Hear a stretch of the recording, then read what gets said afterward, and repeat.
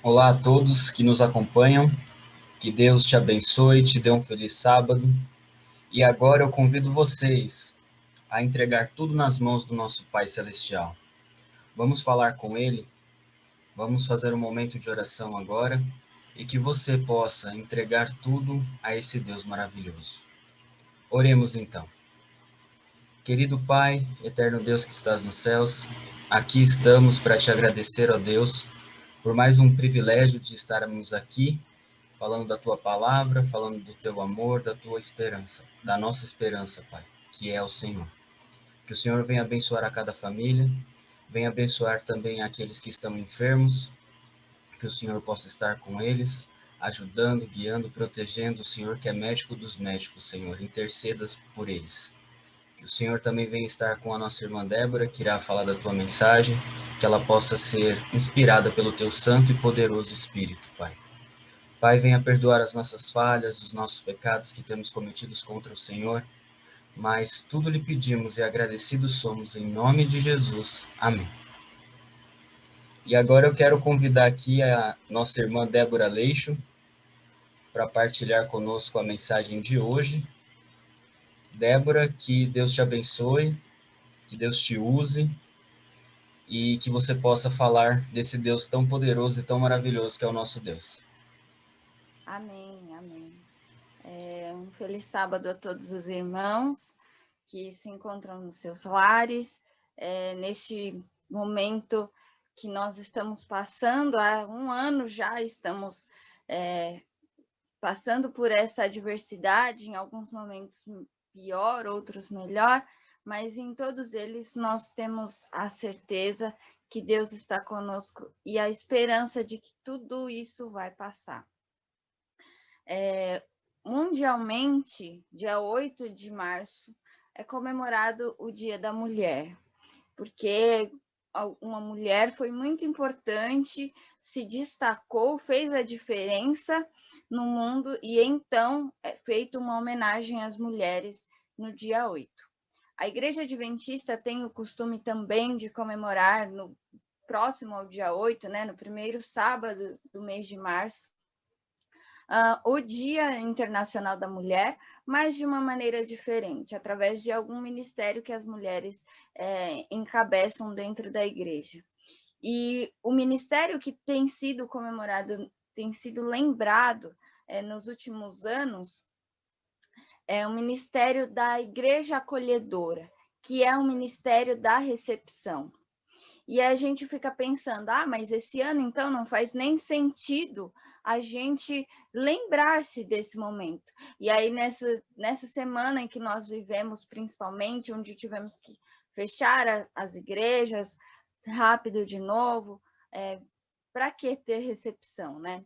Outro dia alguém disse assim, a recepção das igrejas agora é o contrário, né?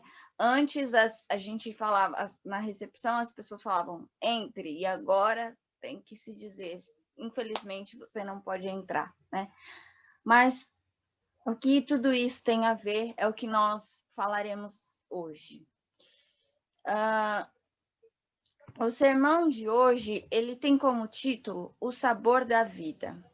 Quando a gente lê no livro de Mateus, no capítulo 5, onde começa o sermão da montanha de Jesus, onde Jesus começa pregando algumas verdades, falando ao povo algumas verdades, ele começa ali a partir do versículo 3 até o versículo 11 a falar sobre as bem-aventuranças. Então, ele fala sobre que os bem-aventurados são os pobres de espírito, porque deles é o reino dos céus, bem-aventurados são os que choram. Ele fala várias características de quem é bem-aventurado. Hoje em dia, as pessoas buscam a felicidade em muitas coisas. E a felicidade, ela não está no dinheiro, ela não está no trabalho frenético, principalmente nesse momento de pandemia, onde as pessoas têm trabalhado em casa, é exigido muito mais delas e parece que é incentivado com que as pessoas tenham orgulho em dizer que têm um trabalho frenético, que trabalham demais, e hoje tem até um título para isso, né? O tal do workaholic. As pessoas têm orgulho em dizer isso, mas a felicidade não está nisso. A felicidade não está na busca desenfreada dos prazeres. A felicidade não está nas conquistas, nas viagens. Particularmente, eu gosto muito de viajar e conhecer lugares, pessoas, culturas diferentes. E a gente se sente feliz, sim, quando está nesses lugares. Quando você conhece alguma coisa diferente, um lugar diferente, ir em meio à natureza, ver uma paisagem bonita, a gente se sente feliz. Mas é aquela felicidade que acabou, vem a lembrança, mas não é uma felicidade plena. A felicidade não está em nenhuma dessas coisas. Jesus deixou, através das bem-aventuranças, o caminho, o mapa para a verdadeira felicidade. Quando ele diz os bem-aventurados, ou seja, os felizes, né? E o Sermão do Monte, ele trata sobre identidade, sobre a missão e sobre a recompensa também. Né? O Sermão do Monte, ele vai a alguns versículos, não são só as bem-aventuranças, passa aí alguns capítulos até do livro de Mateus falando sobre isso, mas de modo geral, ele vem falando sobre isso, sobre a identidade, sobre a missão e sobre a recompensa. Viver as verdades das bem-aventuranças não é uma realidade externa, não é o exterior, é o interior. Trata daquilo que a gente sente lá do nosso íntimo. E aí, o que ele diz? Vocês podem ler, fica aí como lição de casa, ler hoje à tarde com mais calma, do versículo 3 até o versículo 11 do capítulo 5 de Mateus. E, né, como eu disse, sobre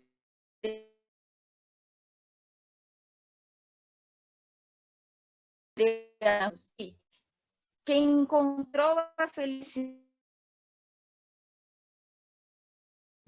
e a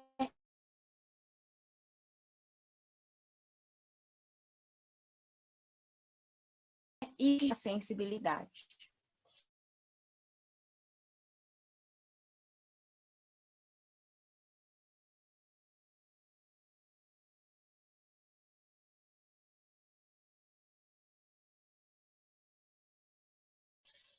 Se tornaram vingativos. Felizes também são aqueles que têm fome e sede de justiça, porque eles não são conformados com as circunstâncias da vida. Eles são os promotores da paz. E felizes são os misericordiosos, porque eles não deformaram o olhar da vida e eles conseguem olhar para si mesmo e quando olha para o outro, olha com misericórdia. A ausência da misericórdia tem gerado pessoas que são juízes, que são pessoas frias, pessoas sem amor. Isso torna o convívio entre as pessoas muito difícil, beirando o impossível. É muito difícil a gente conviver com alguém que é muito rígido, muito autoritário, está sempre com a verdade, quer sempre julgar o outro, né? Não tem amor. Mas felizes também são os limpos de coração, que são aqueles que, no meio da podridão e injustiça desse mundo, não deixa com que essas coisas contaminem os seus corações. E felizes são aqueles que são perseguidos por causa da justiça. Não pela fofoca, pela injúria, mas porque eles vivem como justos, santos e luz nas trevas. E eles são percebidos, sim. Então, essas pessoas são felizes. E aí a gente começa a pensar que a gente pode ser feliz, não é mesmo? Se são atitudes que nós temos a partir do nosso interior, são escolhas. Então, eu escolho ser uma pessoa humilde de espírito. Eu escolho ser uma pessoa que chora com os que choram, que isso significa, como eu disse, não perder a sensibilidade. Nesse momento que a gente tem vivido, a gente precisa ter sensibilidade com as outras pessoas. A gente precisa chorar com os outros. Está escrito na Bíblia. É um mandato de Jesus que a gente precisa estar com as pessoas, chorar com os que choram, dar alimento aos que precisam, ser misericordioso. E aí a gente tem visto cada um querendo correr atrás do seu e a questão do egoísmo cada vez mais forte, em todos os sentidos e em todos os âmbitos, e muitas vezes isso pode chegar até a nossa realidade, e muitas vezes nós podemos ser egoístas quando eu penso, eu preciso fazer tal coisa, e a recomendação neste momento, a recomendação é que eu não faça, mas eu preciso, porque eu não aguento, é até um termo que tem sido muito falado, eu preciso sair de casa porque eu não aguento mais ficar em casa. Quando eu digo isso, eu não estou tendo compaixão e misericórdia com o outro. Eu não tenho medo de pegar a doença, mas eu posso passar. Então, a gente precisa ter misericórdia com as outras pessoas, né? Leia com calma esses versos e veja as características para se alcançar a real felicidade. E felicidade para Jesus não tem nada a ver com o que eu tenho, com o que você tem. Felicidade para Jesus tem a ver com aquilo que a gente é, com o nosso ser. E o nosso ser a gente consegue moldar. A gente pede misericórdia a Deus, ajuda Ele para que o nosso caráter seja moldado, mas é uma escolha diária, é uma escolha que a gente precisa fazer. Ele deixa as recomendações, mas sou eu que escolho. Muitas pessoas acham que a felicidade está, por exemplo, num casamento. Mas se isso fosse verdade, não existiriam tantas pessoas casadas e infelizes. Muita gente acha que a felicidade está em ser magro. Mas se isso fosse verdade, não existiriam tantas pessoas magras e infelizes, tantas pessoas com distúrbios alimentares e que entram até em extrema magreza, como a bulimia, a anorexia, que são distúrbios até neurológicos por conta disso. Então, a felicidade não está nisso. Outros pensam que a felicidade está em ter filhos, mas existem muitos lares que se tem filho, muitas pessoas que têm filhos e ainda assim são infelizes e não conseguem nem dar atenção a essas crianças. A felicidade não está nos trabalhos, não está nas conquistas. Quantas pessoas são bem-sucedidas na vida, com carreiras promissoras, com carreiras alavancadas, e são infelizes, estão em busca da felicidade. A felicidade não está em nada dessas coisas. O fundamento do Sermão do Monte é a felicidade. Quando a gente lê todo ele, a gente vê que lá tem várias recomendações que, no fundo, só querem nos trazer a felicidade. Então, ali, em todinho o Sermão do Monte, são passadas várias dicas para a nossa vida. E todas essas dicas é para que a gente viva feliz, para que a gente tenha a felicidade plena, não a felicidade passageira. Nós falamos sobre o começo do Sermão da Montanha, né? Que são as bem-aventuranças, que vai até o versículo 12. Aí, já no versículo 13, Mateus 5,13, eu vou até ler para vocês, diz assim: vocês são o sal da terra, mas se o sal perder o seu sabor, como restaurá-lo? Não servirá para nada, exceto para ser jogado fora e pisado pelos homens. É um verso muito conhecido de todos nós, muito falado, que a gente tem que ser sal da terra e luz do mundo, porque o verso 14 fala, vocês são a luz do mundo, né? Então, sempre é dito, tá? Vocês têm que ser, nós como cristãos, como seguidores de Cristo, temos que ser o sal da terra e a luz do mundo. E qual a relação, então, das bem-aventuranças com esse ser sal da terra e ser a luz do mundo?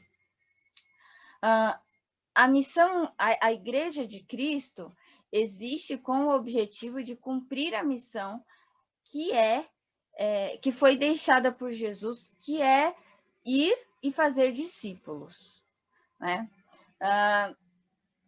Considerando o contexto, Jesus não está dizendo que todo mundo é sal, que todo mundo faz a diferença, porque como a gente lê aqui, o sal, ele é o que faz a diferença no ambiente, no alimento.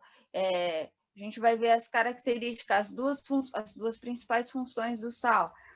Mas Jesus não está dizendo que todo mundo é sal. Ele, na verdade, está dizendo que o sal da terra e a luz do mundo são os bem-aventurados. Ou seja, ele está dizendo que a diferença, quem faz é quem é bem-aventurado.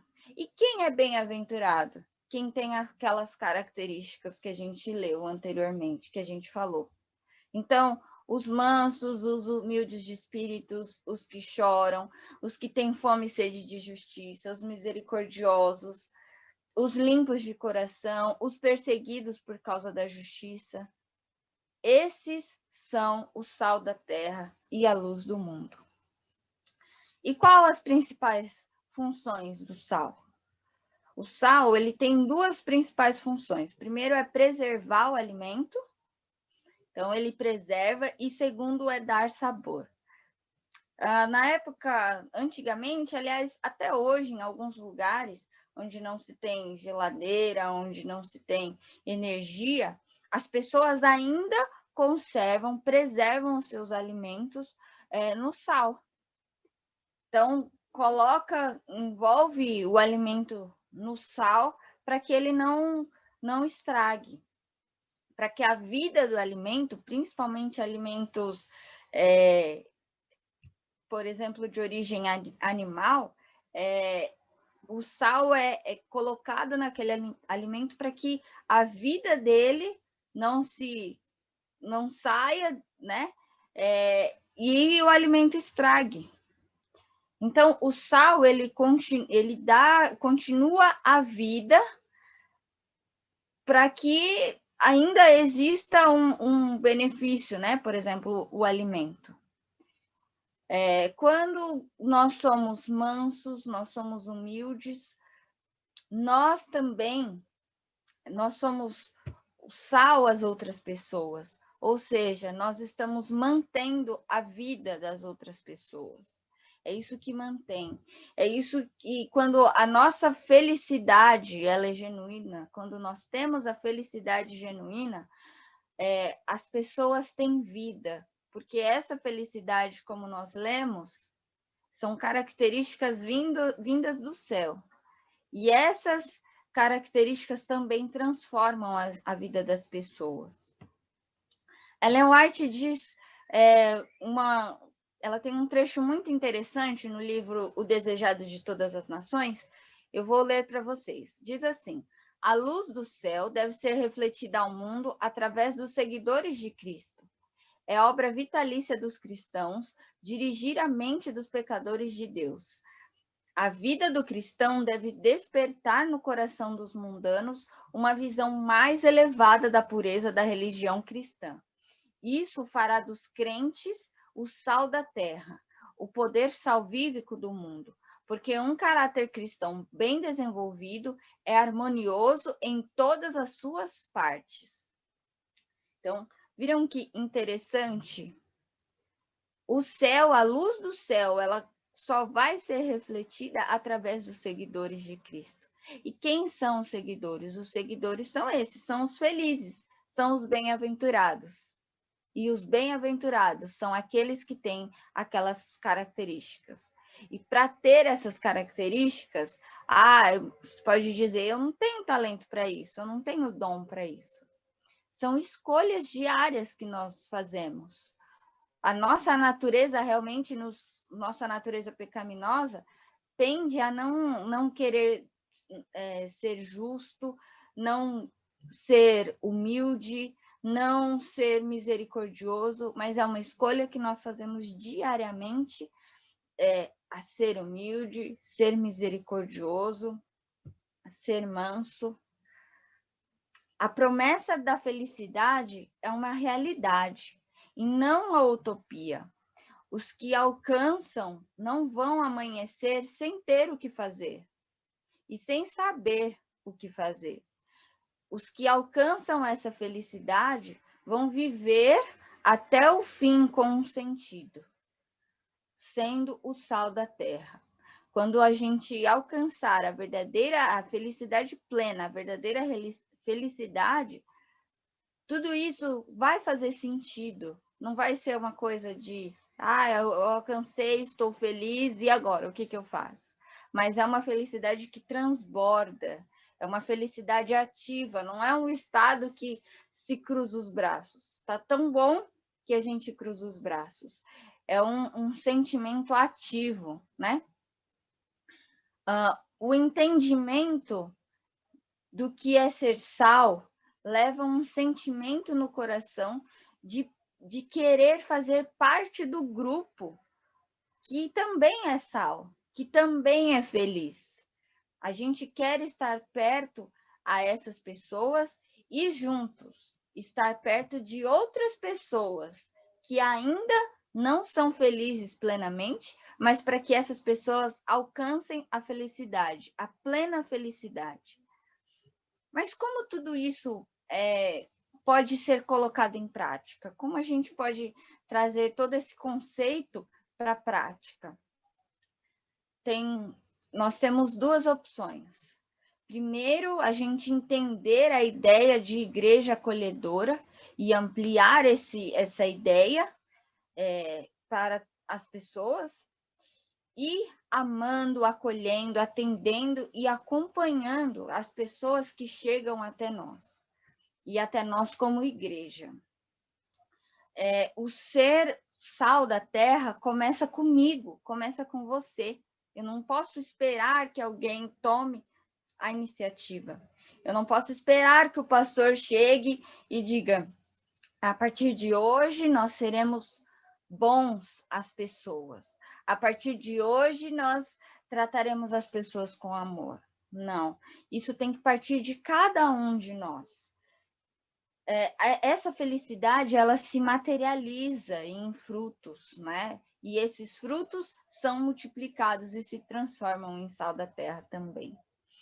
Quando a gente pensa em recepção da igreja, a gente logo pensa em acolher as pessoas, né? O que a gente tem falado aqui, em acolher as pessoas, receber bem, ser simpático, ser empático. Aliás, na recepção da igreja, e aí o prédio igreja, não se fala muito em empatia, né? Mas em simpatia. E chegar e cumprimentar, e aí em muitos lugares as pessoas estão com dificuldade, porque tinha um certo pensamento que uma boa recepção é só chegar e abraçar as pessoas, cumprimentar com um aperto de mão, e agora que não pode fazer, muita gente se vê de braços atados, não sabendo como cumprimentar. Mas a simpatia vai além disso, né? O acolhimento é muito além disso. E aí, como que a gente pensa em recepção de igreja, sendo que a igreja está fechada? E aí a gente precisa voltar para a Bíblia novamente para entender, na verdade, o conceito de igreja. O que é igreja? Em Efésios, capítulo 1, versículo 22 e 23, leia em casa, leia. Nesses dois versos estão explicitados o conceito de igreja. O que é igreja? A igreja nada mais é do que as pessoas, o corpo, lá usa o termo o corpo de Cristo. Isso é igreja.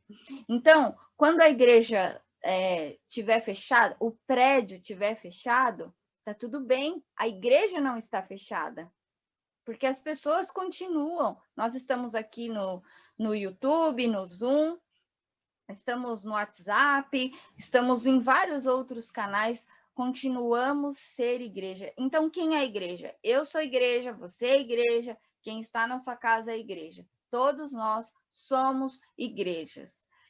Somos a igreja, né? Somos uma parte dela. Então, o conceito de recepção, a pessoa chega, porque até então a gente pensava em recepção da igreja, aquele lugar, né? A porta do prédio. Mas a partir do momento que a gente entende que somos pessoas, somos igreja, a ideia de recepção também muda um pouco. E a gente passa a entender que recepção são aquelas, a gente precisa recepcionar aquelas pessoas que chegam até nós. Nós precisamos acolher, amar, atender, acompanhar as pessoas que têm algum contato com a gente, seja na rua, seja agora, principalmente de modo virtual. Essas pessoas, são para essas pessoas que a igreja, que eu e você precisamos fazer a diferença. Mas é preciso lembrar também que o sal, como diz no verso, ele pode ser insípido, ele pode não ter mais sabor. E aí, o que acontece? Quando o sal não tem sabor, não tem o que fazer. O sal ele precisa ser descartado. Ele precisa ser jogado fora. Então, quando a gente perde a motivação, perde o objetivo de ser a diferença, de ser o sal da terra, de ser a luz do mundo, de ser a igreja, não faz muito sentido a gente fazer essas boas ações. E, na verdade, de boas ações, o mundo está cheio, né? Tem muita gente fazendo caridade, fazendo bondade, e legal, né? Mas entenda que o sal da terra e a luz do mundo, ele não vem só suprir uma necessidade de alguém, ele vem e transforma o ambiente. Quando a gente está num lugar escuro e alguém acende uma luz, uma lanterna, esse ambiente é transformado. O modo como a gente vê é transformado. Uma comida totalmente sem sal, quando é colocado sal, essa comida é transformada. O sal ele serve não só para ficar com aquele gosto salgado, mas a função do sal é realçar os sabores dos outros alimentos. Então, muitas vezes é colocado até sal em alimentos doces, por exemplo, em preparos de doces. É colocado sal para trazer esse realce. Então, o sal ele transforma. Ele não supre uma necessidade, ele transforma a vida da pessoa. Então, isso deve ser a nossa escolha a cada dia. Ser o sal da terra, ser a luz do mundo e ser a igreja. Que, na verdade, é o mesmo conceito, as três coisas. Quando eu sou sal, eu sou luz e eu sou igreja. E quando eu sou essas três coisas, eu encontrei a felicidade. Eu achei a felicidade plena, que está escrita em Mateus 5. Porque para eu ser essas três coisas, eu preciso ter aquelas características. Deu para entender que é um caminho e uma coisa leva a outra? Uma coisa está atrelada à outra? É um ciclo. Quando eu sou uma coisa, eu sou outra, e uma coisa vai levando a outra, estimulando a outra. Que a cada dia a gente possa escolher ser sal para estar dentro do grupo e não fora.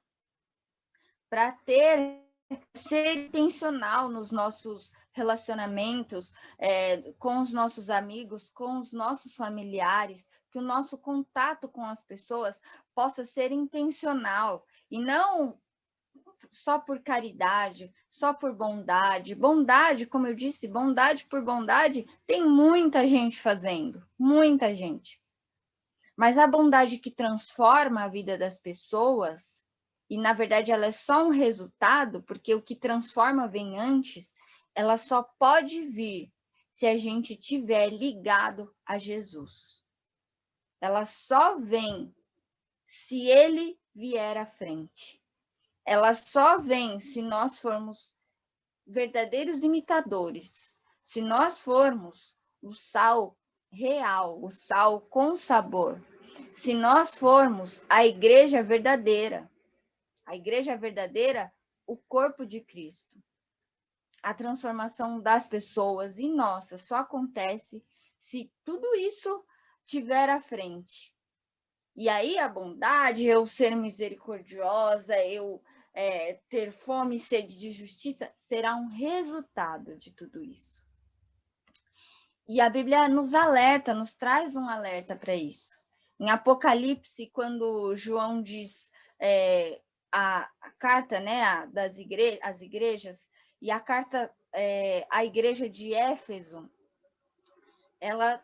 ali são apresentados vários valores dessa igreja de Éfeso. Mas uma coisa chama atenção, que Deus já tinha uma coisa contra essa igreja, que ela havia abandonado o primeiro amor. Uma igreja que começou com boas intenções, começou debaixo da bênção de Deus, mas esqueceu o real motivo para que foi formada. E isso acontece com a gente também. E a gente, como igreja, como pessoa, isso acontece em todos os momentos. Muitas vezes a gente tem boas intenções e começa ali e, de repente, já está desviando o foco. A intenção já é outra, né? Muitas vezes, a instabilidade nos aproxima de Deus e a estabilidade nos afasta. Então, nós temos que cuidar com essa inconstância, porque ela é angustiante e inoperante para o reino que nós fazemos parte já, o reino de Deus já nos pertence, nós pertencemos a ele, nós estamos levando as outras pessoas, né? A alegria do Senhor é a nossa força. Só sabemos que estamos vivendo, servindo a Deus quando estamos servindo as pessoas, emprestando sabor ao próximo, emprestando luz ao próximo. E isso é percebido sem palavras. Eu não preciso dizer às pessoas que eu sou o sal da terra. Eu não preciso dizer às pessoas que eu sou a luz. Eu não preciso dizer às pessoas que eu sou igreja. Eu não preciso dizer às pessoas que eu sou feliz. As pessoas verão em mim e em você, se nós formos verdadeiramente felizes, se nós formos bem-aventurados, as pessoas perceberão e vão querer também essa felicidade plena. E aí eu fico pensando, e já caminhando para a conclusão, qual é a influência da igreja para a comunidade? Lembra, a igreja descrita em Efésios. Qual é a influência da igreja na comunidade? Qual é a influência da minha igreja na minha comunidade? Qual é a minha influência na minha comunidade? Pelo que eu estou sendo lembrada? Não eu, Débora. Eu, igreja. Pelo que eu estou sendo lembrada? Eu, igreja, estou dando sabor à vida das pessoas? Eu, igreja, estou influenciando a vida das pessoas? Estou levando Jesus às pessoas? Nós temos que levar Jesus às pessoas. Muito se é falado que as pessoas têm que vir até Jesus, mas, na verdade, Jesus precisa ir até as pessoas. E Jesus vai buscar as pessoas. Mas, muitas vezes, ele quer nos usar. E é um privilégio para nós permitir que isso aconteça, né? E será que isso tem acontecido? Ser sal da terra é ser feliz e inundar essa felicidade para os outros que vivem da mesma forma, que vivem muitas vezes perdido. Isso pode passar com um sorriso, com uma amizade abnegada, sem interesses, com uma amizade sincera. E são atitudes que nós vamos plantando ao longo da vida, ao longo do tempo. E o que nós temos plantado? Em 2 Coríntios 9, leia esse capítulo. Diz que Deus dá a semente conforme a gente semeia. E a gente vai colher aquilo que a gente semeia. E a quantidade compatível com daquilo que a gente semeia. Então, quem semear muito, vai colher muito. Quem semear pouco, vai colher pouco. Quem semear mamão, vai colher mamão. Não vai colher abacaxi. Então, o que você e eu, nós temos semeado? Se nós somos semeadores, nós temos semente todos os dias para semear. Deus nos dá essa semente todos os dias. Lembre-se que a felicidade de que a prosperidade do evangelho não é ter muito, mas é ter sempre. E se nós confiarmos em Deus, nós teremos sempre. A vida é um dom de Deus, viver é uma dádiva, e Ele quer que vivamos assim, ajudando os outros e também sendo sal da terra, ajudando aos outros a serem sal da terra.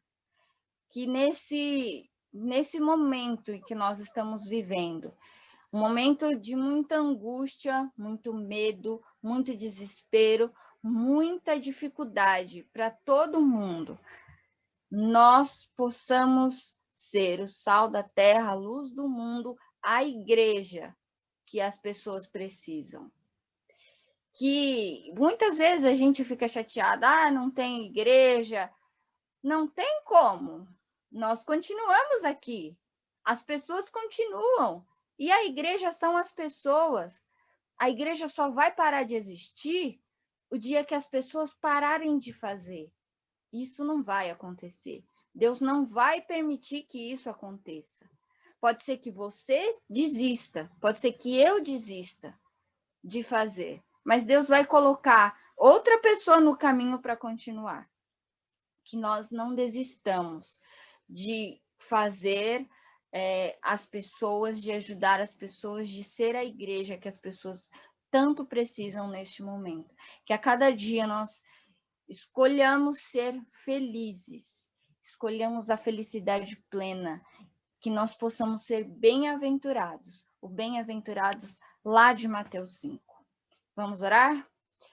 Bondoso Deus, amado Pai que estás nos céus, Senhor, muito obrigado, porque ainda com certa restrição, ainda que com algumas dificuldades, nós podemos nos reunir, nós podemos aprender mais de Ti, nós podemos glorificar e bendizer o seu santo nome de diversas formas. Obrigado por todas essas possibilidades que o Senhor tem colocado na nossa vida. Mas, Senhor, nós pedimos também por aqueles que estão perdendo os seus familiares, por aqueles que estão perdendo os seus amigos. Cada um de nós já perdemos pessoas queridas e amadas, e a gente já não aguenta mais viver essa dor. Nos ajude a confiar que nenhuma dor é para sempre, nenhuma. E tudo isso vai passar. E nós um dia estaremos com o Senhor. Nos ajude a ter essa esperança a cada dia. E nos ajude também a ser bem-aventurados. Nos ajude a ser humilde, nos ajude a chorar, nos ajude a ser misericordiosos, nos ajuda a ter todas aquelas características descritas em Mateus 5, para que outras pessoas também possam ser felizes. Continue conosco, perdoe os nossos pecados, console e conforte a cada coração neste momento. É o que nós pedimos e te agradecemos, em nome de Jesus. Amém.